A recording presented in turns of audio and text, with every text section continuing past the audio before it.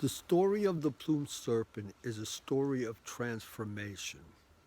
The serpent represents the animal that never left the mother's breast. The serpent is not in the earth and does not walk on legs away from the mother, but actually is constantly touching her.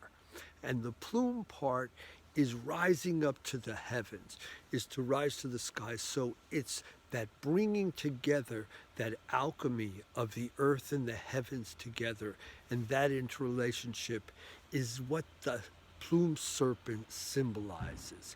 Now, the character we know as the plume serpent, Quetzalcoatl, actually has different names at different times in his transformation.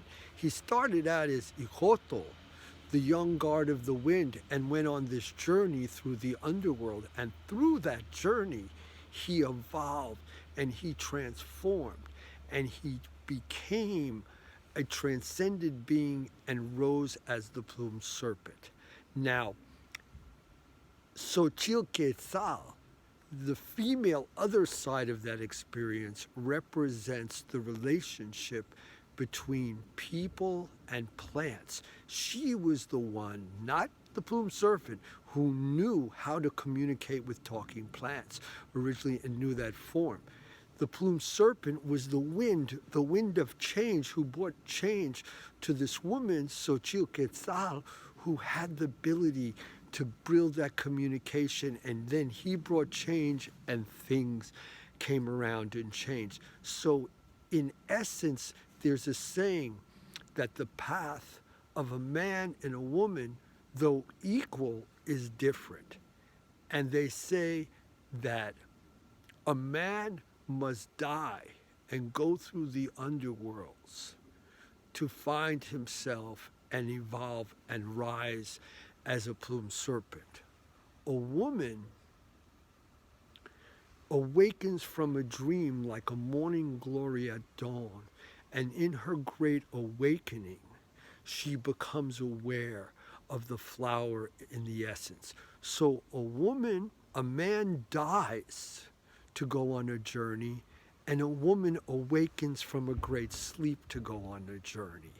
Yet their journey, although different, takes them to this place where if you bring those two forces together, you have those forces we don't have a name for. Some call them magic, some call them metaphysical, some call them beyond what we know as natural, supernatural.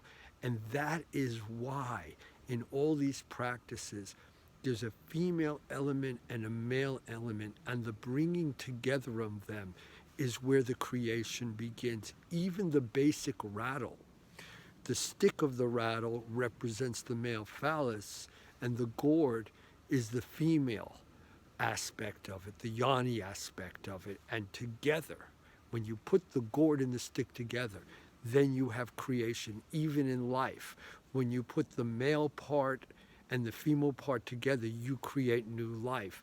By itself, it cannot do that. We are bound together, and the magic is between the plumed serpent, the Quetzalcoatl, and the Xochitl, the precious flower. Together is our hope and our magic. Ninashkatachili, the gods give to those who give to the gods.